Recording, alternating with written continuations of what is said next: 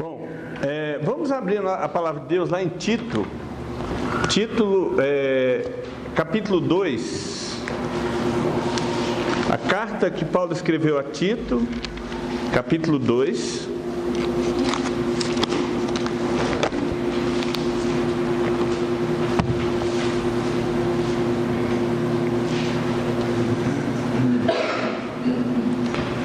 A partir do versículo 1, Tito, capítulo 2, a partir do versículo 1.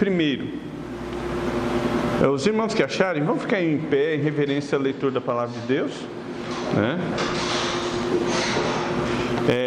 Nós não somos bibliólatras, mas a leitura da palavra de Deus, ela tem uma reverência, porque é a palavra de Deus. Então a gente, toda vez que lê a palavra de Deus no culto, a gente deve ficar em pé, né? Tito, a epístola de Paulo a Tito, capítulo 2, a partir do versículo 1. Tu, porém, fala o que convém à sã doutrina. Os velhos que sejam sóbrios, graves, prudentes, sãos na fé, no amor e na paciência. As mulheres idosas, semelhantemente, que sejam sérias no seu viver, como convém às santas, não caluniadoras, não dadas a muito vinho, mestras do bem, para que ensinem as mulheres novas a serem prudentes e amarem a seus maridos, a amarem seus filhos, a serem moderadas, castas, boas donas de casa, sujeitas a seus maridos, a fim de que a palavra de Deus não seja blasfemada. Exorta semelhantemente os jovens que sejam moderados.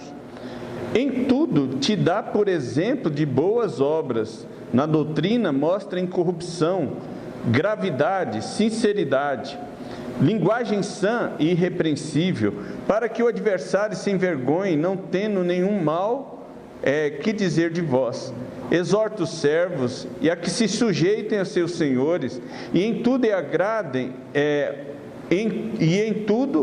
agradem, não contradizendo, não defraudando, antes mostrando toda a boa lealdade, para que, contudo, sejam ornamento da doutrina de Deus, nosso Salvador.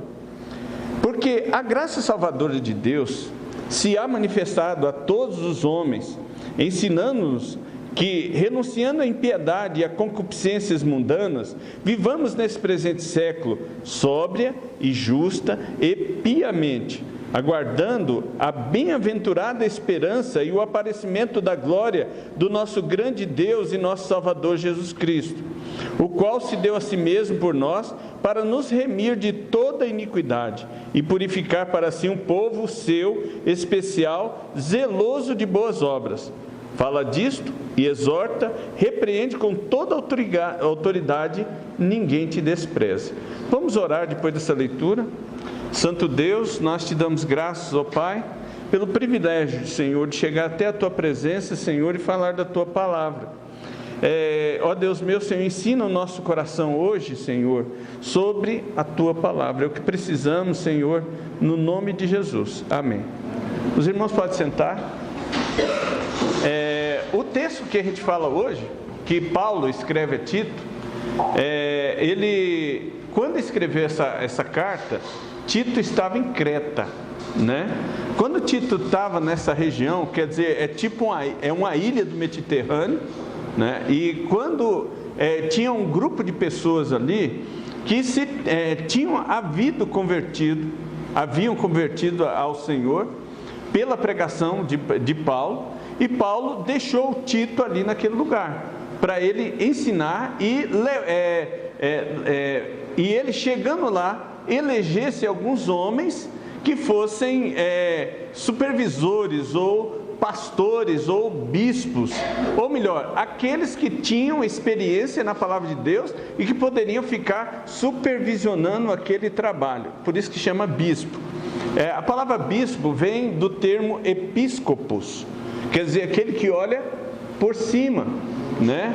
Então ele tinha esse propósito, Tito, de chegar naquele lugar e em cada igreja eleger homens certo? Para que a palavra de Deus fosse pregada e zelada, certo? E ela, veja bem, e eles defendessem a sã doutrina, tá? Agora, quando a gente lê isso aqui, essa leitura mesmo que a gente fez, a gente observa uma coisa interessante, que ele fala sobre comportamentos morais, né? Comportamentos morais. Está vendo aqui que ele fala sobre as mulheres, ele fala sobre os velhos, ele fala sobre os jovens, ele fala sobre os servos, comportamentos que as pessoas vão ter, né? Porque elas vão reproduzir aquilo que tem aprendido, certo? Na igreja, no local onde o povo de Deus está se reunindo. Então, a igreja deve ser e é um local onde se ensina coisas morais.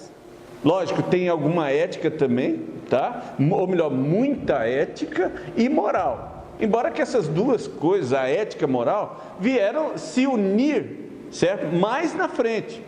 A ética está ligada mais com os gregos, né? O comportamento ético, o comportamento social. Agora, o comportamento moral é o comportamento que a gente deve ter com as outras pessoas, certo? Ou conosco mesmo, ou no relacionamento com Deus. Porque quando a palavra de Deus foi estendida aos seres humanos, a lei de Moisés foi estendida aos homens, e a um povo especial que ele elegeu para si, que era o povo de Israel, ele trouxe um padrão moral que o mundo daquela época, certo? Que já teve, mas já tinha esquecido por um bom tempo. Esse padrão moral, tá? Que é um padrão específico de Deus, porque o ser humano decaído do pecado, ele moralmente, ele não tem condições de ter um comportamento que seja puro, digno, certo? E defenda a moralidade, como a gente fala, as coisas puras, né? E a palavra de Deus, quando foi revelada para os israelitas, ela mostrou um caráter de santidade, pureza, de decência, de ordem, de prudência diante do Deus que deu essa lei, do Deus que deu e expressou esse caráter santo. Porque para termos relacionamento com Deus, é preciso relacionarmos com Ele na pureza como Ele é. O ser humano que foi criado por Deus, ele foi criado por Deus com uma mente bem parecida com Deus. Porque quando Deus formou o homem, a Bíblia diz que formou a sua imagem conforme a sua semelhança. Então o ser humano, mesmo que depois caiu, o ser humano foi criado com um caráter de pureza, santidade, decência, moral, ordem. Então todo esse caráter do homem foi colocado em Adão, certo? Foi expresso por Deus e moldado em Adão. Só que Adão pecou. Não se sabe o tempo que Adão levou, tá? Na presença de Deus, se foi muito tempo, se foi pouco tempo, certo? Mas o certo é que Adão caiu. Quando caiu, toda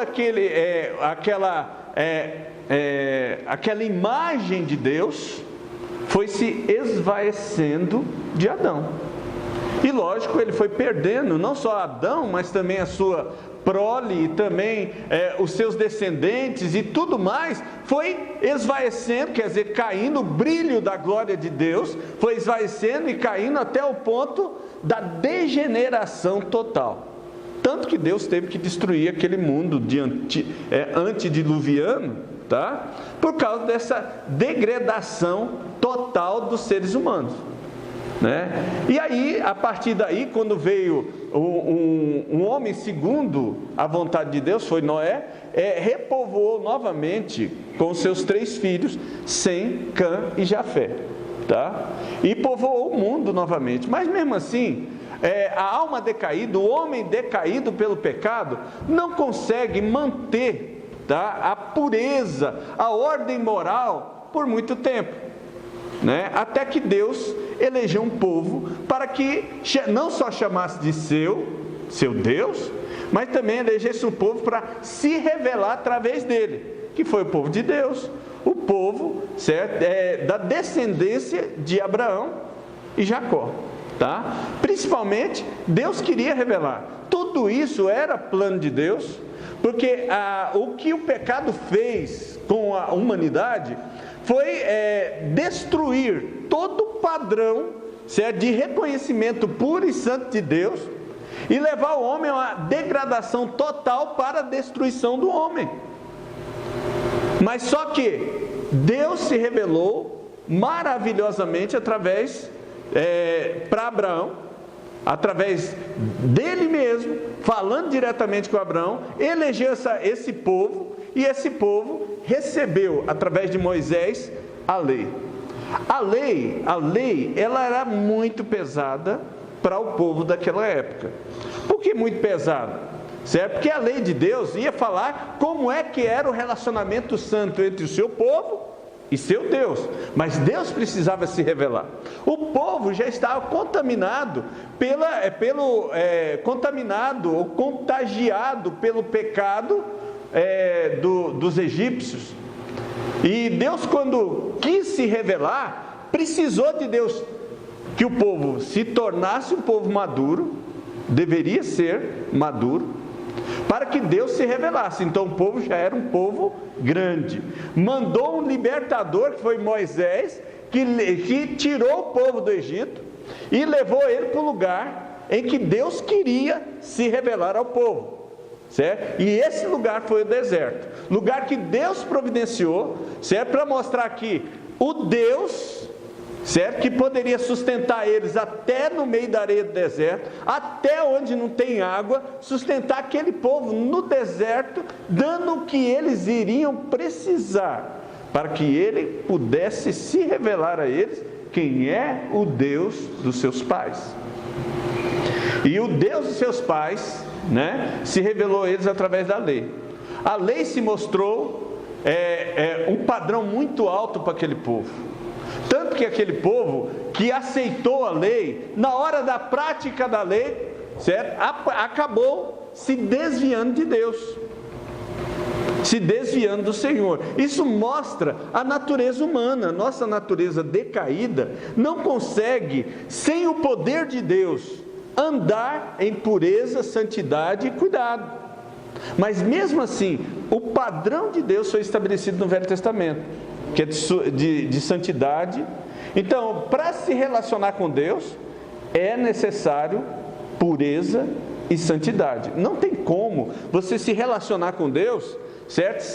Sem estar com o coração preparado. Tanto é que hoje em dia, qualquer pessoa que vai buscar a Deus, que Deus desperta, mesmo não conhecendo nada sobre Deus e nem do padrão moral de Deus, ela sabe muito bem o que é certo e o que é errado, porque Deus colocou em cada ser humano a consciência, certo? O que é consciência, gente?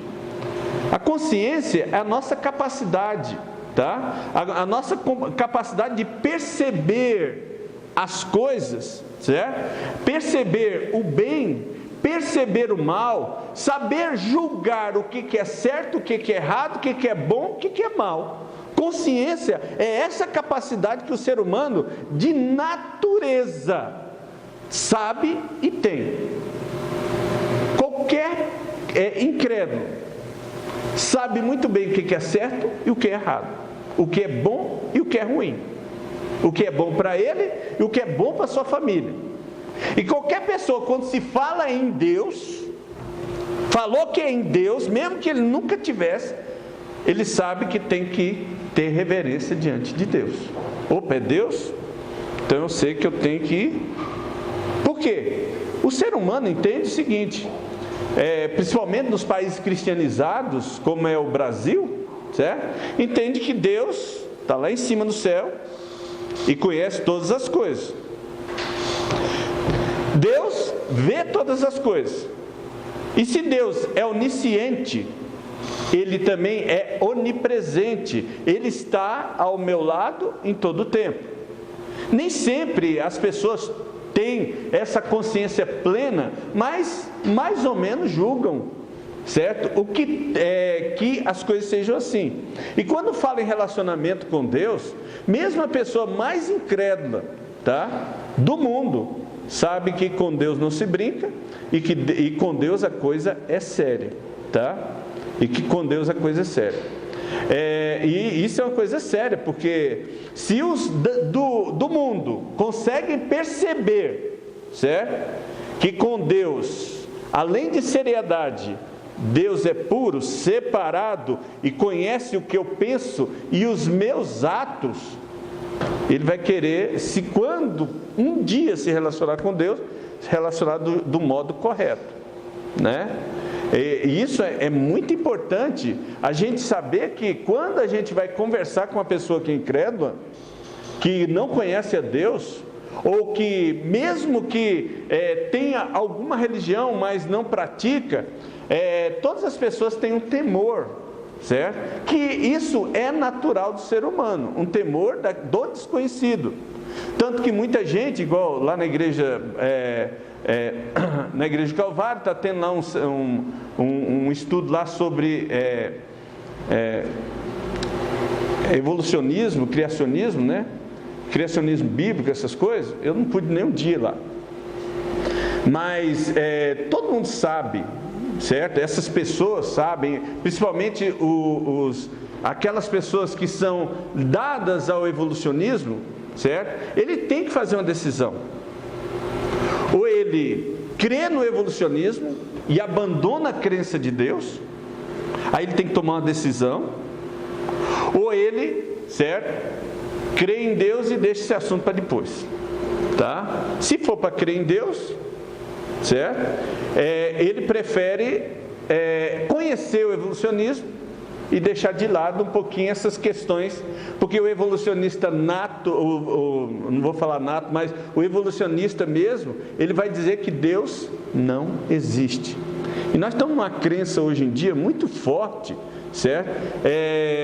Sobre essa oposição à religião e à crença, não só a crença cristã, mas as ideias cristãs.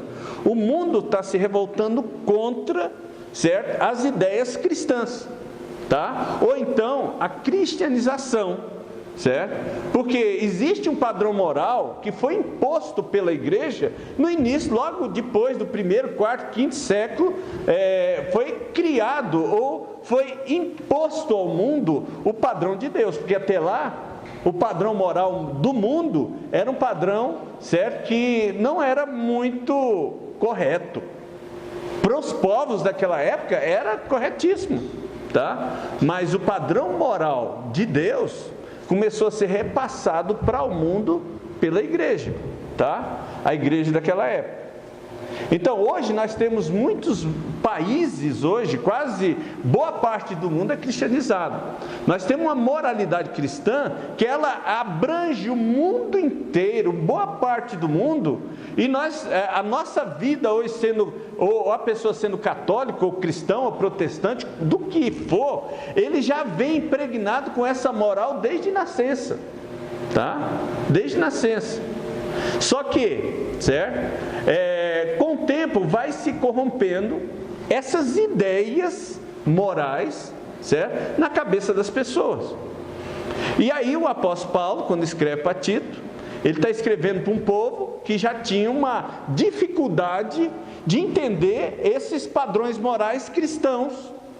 Porque Creta mesmo era uma cidade onde havia muita prostituição. E a prostituição religiosa e prostituição de todo tipo. Não é só a questão de prostituição, mas perversidade de todos os tipos, né? Além do que, havia um costume naquela região mesmo, até um poeta grego mesmo falou sobre isso, tá? Que chamava os cretenses de mentirosos, muito mentirosos, certo? E quando ele falava disso, no versículo 12 do capítulo 1, ele fala isso. Um deles, quer dizer, o poeta, diz o seguinte: seu próprio profeta, que na verdade era um poeta, disse: os cretenses são sempre mentirosos, bestas ruins, ventres preguiçosos. Então, só para ter uma ideia, que a perversidade ali era tão grande, certo? Que quando os cristãos começam naquela ilha a crescer certo ponto, e até de ter não só pastores, eleger pastores e eleger também bispos, a igreja já estava num tamanho bom. Que ano que era aquele? Entre 63 a 65, perto da mesma época que Paulo escreveu a carta aos Coríntios. Então, quando fala aos Coríntios, escreve lá, e parece que era uma igreja um pouco desordenada, fala também aqui, na mesma época, está falando para Tito, com respeito ao padrão correto que Deus exige dos servos de Deus.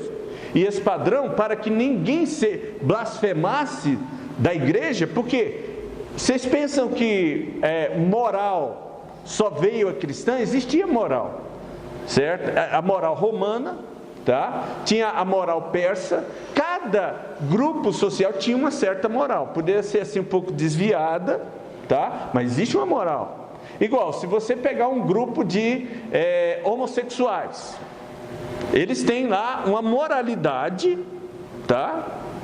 Eles determinam o que pode, o que não pode. Veja bem, o que é certo e o que é errado. Aquilo que para nós é errado, e perversidade e pecado, para eles é permitido. Mas algumas coisas que para eles, certo, como a traição, é um grande pecado para eles. Não é bem a palavra, o termo pecado, mas a traição é uma coisa horrenda, não aceitável, certo? E isso é um motivo de grande ofensa no meio deles, é um tipo de imoralidade, tá? Então, isso existia lá também? Também existia, todo tipo de moralidade ou imoralidade, tá? Existia naquele tempo, tá? E Paulo, quando ele escreve para eles aqui, certo? Ele já está determinando, olha, Tito, é o seguinte, você vai para aí, mas vai chegar aí ensinar a sã doutrina. O que é a sã doutrina? Tá? São padrões morais bíblicos, do padrão moral de Deus, tá? Que Deus é santo, que Deus é separado, que Deus é puro, certo? E que nós devemos cumprir com esses padrões e viver baseados nesses padrões, sem desvio nenhum e nem desvio e nem aparência do que é maligno, tá? Ou do que certo? Contra Deus. Então, esses padrões, ele fala assim, olha, nós vamos ter que mostrar que Deus é assim. Eles têm uma moralidade, certo? Algumas pessoas, a moralidade daquela época, algumas coisas eram parecidas com a moralidade cristã, mas era uma aberração, muitas outras coisas, dentro dessa mesma moralidade que eles tinham.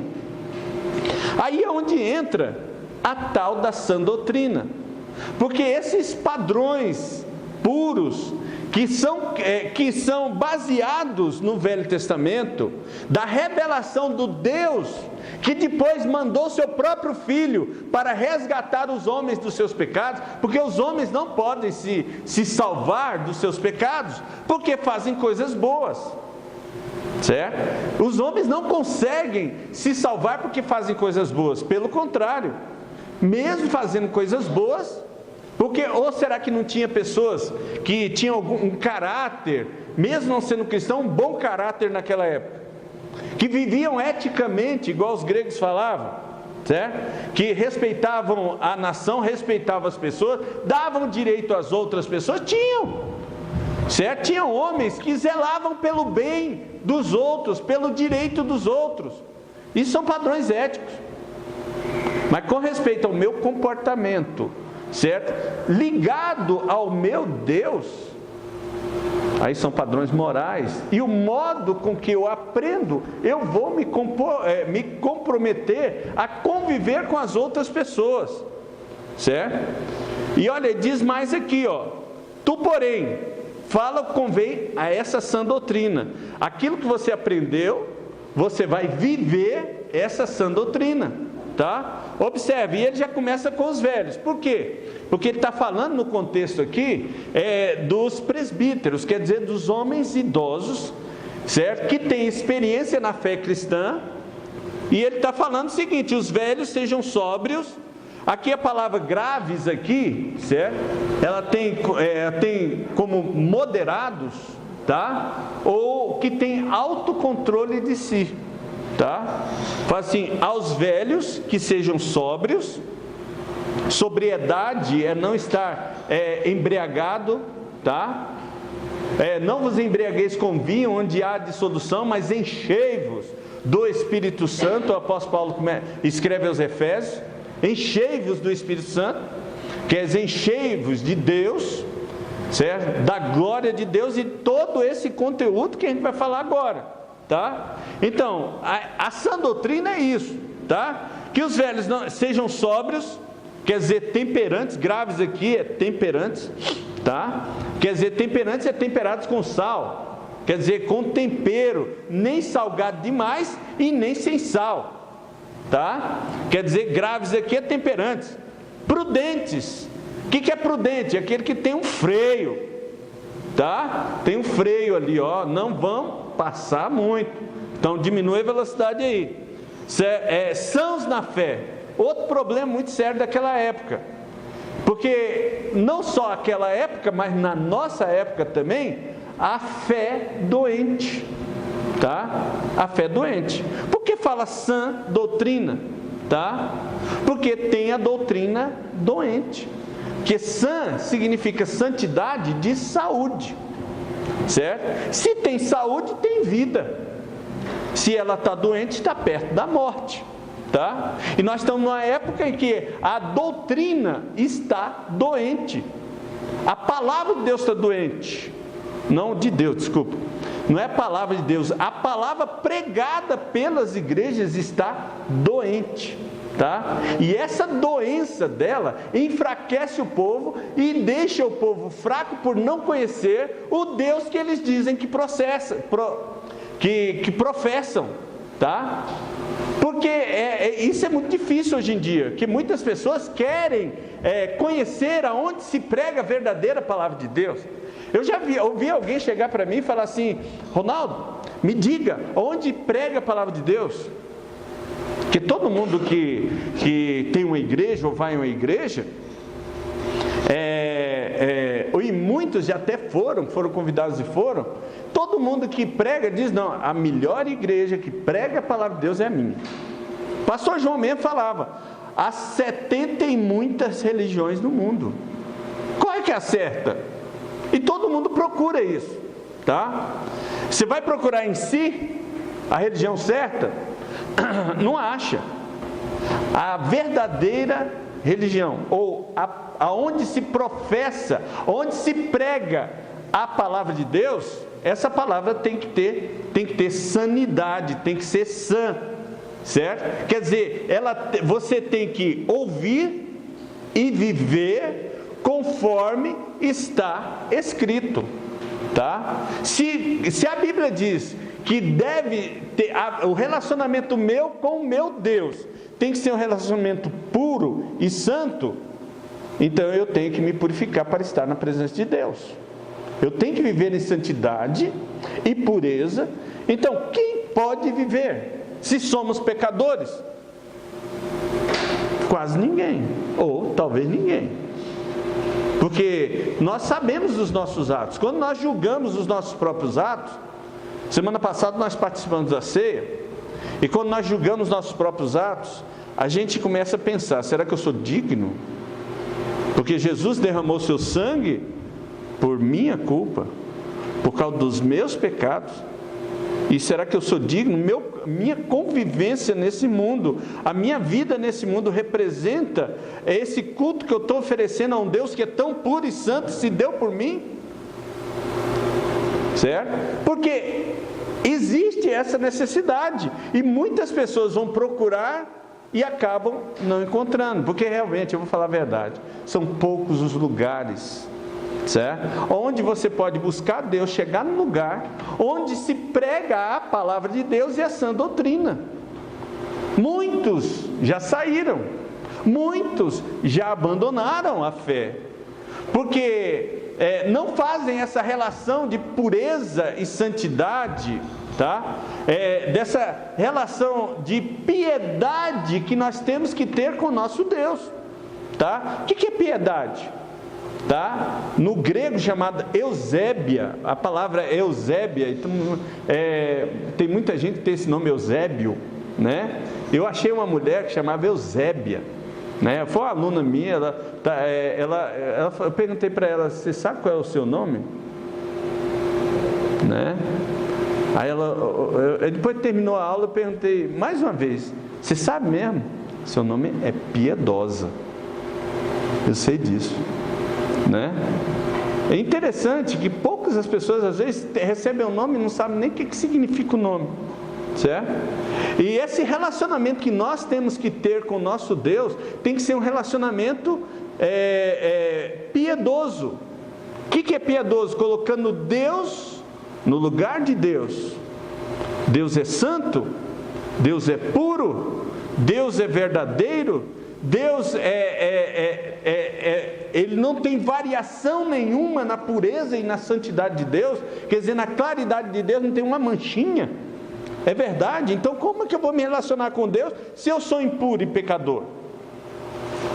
A verdade é que nenhum homem sobreviveria na presença de Deus, porque até lá em Hebreus, capítulo 9, versículo 12, diz que Deus é um fogo consumidor. Quem vai se colocar adiante e na presença de Deus sem ser consumido? É só a misericórdia de Deus, pelo sangue do Cordeiro foi derramado por nós.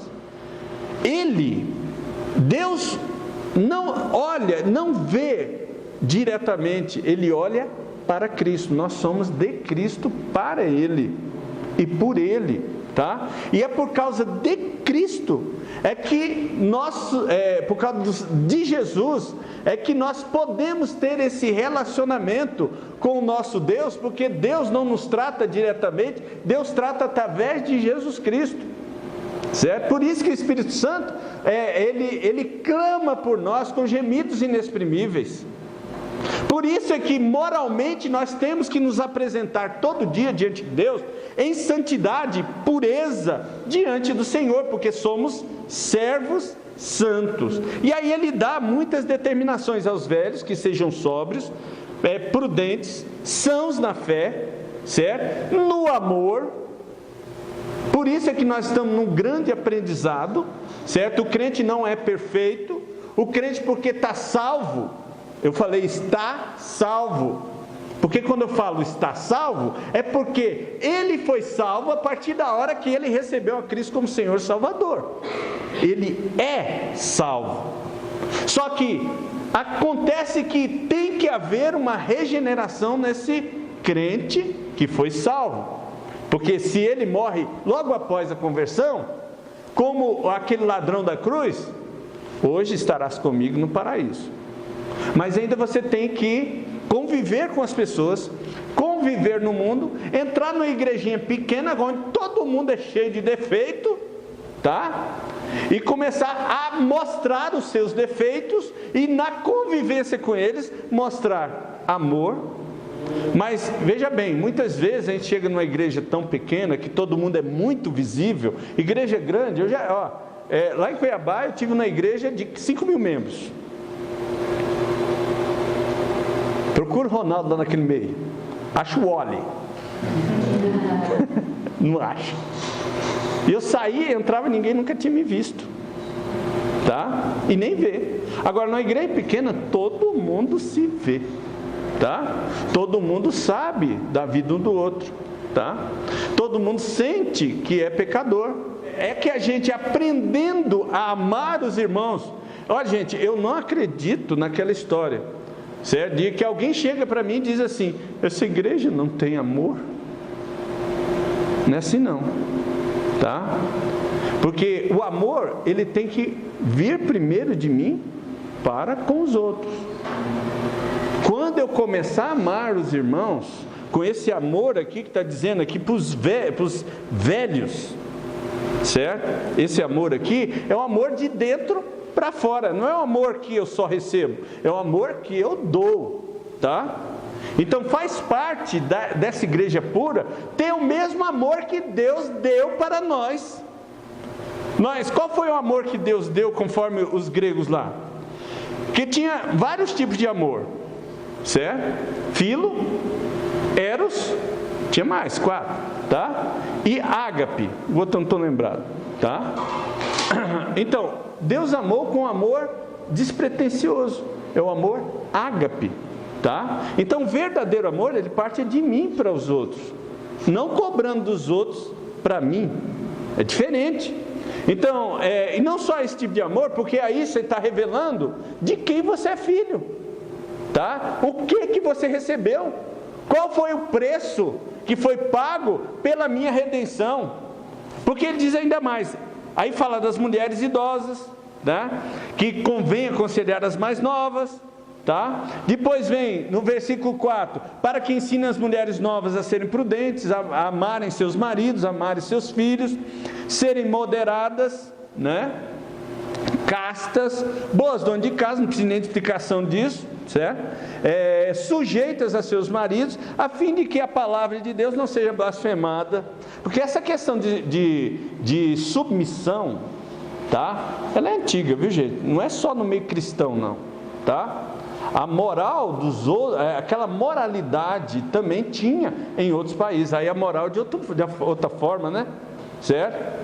A mulher que não era sujeita em qualquer sociedade do passado, certo? Ela era mal vista, certo? E veja bem, essa questão, hoje em dia nós estamos numa época da liberalização. Eu não sou sujeito a ninguém, nem o empregado é sujeito ao patrão, certo? Nem o marido é sujeito ao chefe, a esposa não é sujeita ao marido, certo? E a gente começa a perceber que dentro da própria igreja de Deus, essa falta de submissão está arrasando as igrejas, insatisfação geral, tá? Não só dos maridos, mas também das esposas, porque se não há um ordenamento conforme a vontade de Deus, a coisa foge dos limites. E lógico, né? Se é igual a criança, se ela está sem ordenamento, ela vai, certo? Ela vai perder, vai envergonhar os pais, tá? E lógico, essa questão de submissão tem uma questão do homem ser primeiro submisso a Deus. Se ele é submisso a Deus, a família dele vai ser submissa a Deus, tá? Então ele já está ordenando. Para quê, gente? Ser assim, tá? Eu não, ninguém me segura, eu faço o que eu quero. Eu, homem, não faço o que eu quero. Eu vou fazer para minha família, tá? E vou fazer para o meu Deus. Primeiro honrar o meu Deus. Honrando o meu Deus, eu honro a minha família e vou honrar o meu Deus também no meu trabalho, tá? Então, para quê? Para que a palavra de Deus, essa mesma palavra que a gente quer que os outros ouçam e sejam salvos por eles, certo? Não seja blasfemada por eles. Tá vendo? Quer que a gente vira igual a ele aí, ó. Coisa esquisita, tá? Eu sou melhor, todo mundo fala assim, certo? Eu sou melhor, eu não preciso nem de igreja, porque se é para viver desse jeito igual eles andam, eu prefiro nem ter igreja. Para quê? Vai todo mundo para o inferno mesmo? E ele está falando que vai para o céu, tá? E ele diz, versículo 6, semelhantemente aos jovens, moderação, porque a juventude, ela aparece muito porque é o vigor da vida. Eu posso tudo. E eu até falo com os jovens que, olha, é tanta gente tirando habilitação para pegar uma motocicleta e andar, liberdade, certo? Modera, gente, isso é perigoso, tá? Porque o vigor da vida, eu posso tudo, eu sou um super-herói. Se eu bater no muro da minha escola, eu levanto, bato aqui a poeira, mudo da minha moto que está super nova e vou embora. Bateu, caiu, machucou, quebrou, vai lá para o Saracubicheque, tá? Se cuidar lá, tá? E olha, ainda tem mais. Exorta os jovens, sejam moderados em tudo. te dá, por exemplo, agora ele está falando com ele, com Tito, de boas obras na doutrina, incorrupção. Tá? O que é incorrupção? Na doutrina. Essa palavra que foi pregada por Paulo, certo? E ela está exposta aqui no versículo 11 abaixo. Vamos ler de novo. Porque a graça salvadora, essa é a doutrina que salva. A graça salvadora de Deus, o favor imerecido que Deus dá para todos os homens, há manifestado a todos os homens, ensinando-nos que, renunciando à impiedade e à concupiscência mundana, vivamos nesse presente século sóbria, justa e piamente, aguardando bem-aventurada esperança do aparecimento da glória de nosso grande Deus e nosso Salvador, Jesus Cristo. Essa é a doutrina, tá? Não só essa doutrina da parousia, ou da salvação em Cristo, e da esperança, certo? Aguardando na esperança do retorno de Jesus, nosso Deus, que nós devemos estar sempre aguardando. Nunca desvaneça no seu coração a esperança da segunda vinda de Cristo e do arrebatamento da igreja. Nunca deixe de... não, arrebatamento, certo? É para daqui 50 anos. Gente, o arrebatamento é para hoje, à noite. Se não for hoje à noite, para amanhã cedo. Se não for para amanhã cedo, para amanhã de tarde, ou na hora do almoço. Não deixa nem eu pegar no prato de comida, certo? Mas que você esteja esperando Ele para hoje. Por isso é que temos que ter vestes santas. Vocês falaram isso hoje de manhã na sala das mulheres, né?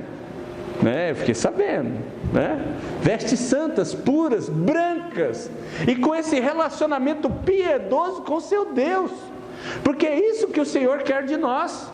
Sem coisas, nem, vamos supor, com toda santidade e luz. Jesus falou o seguinte, que nós temos que ser luzeiros no mundo. Ninguém acende um luzeiro para botar debaixo da cama. O luzeiro tem que estar brilhando, e é a nossa luz que tem que estar brilhando no mundo. Por isso, exortamos aos irmãos, mantenham a luz acesa, não só a luz da moral cristã e de Deus, mas também a luz da esperança, da salvação, certo? E também da volta de Jesus. Amém? Vamos orar. Santo Deus e amado Pai, graças te damos também, mais uma vez, pelo privilégio, Senhor, de falar com a Tua igreja, Senhor, essas santas palavras, ó Deus. Continua, Senhor, fazendo com que o nosso comportamento seja de não desvanecer tempo nenhum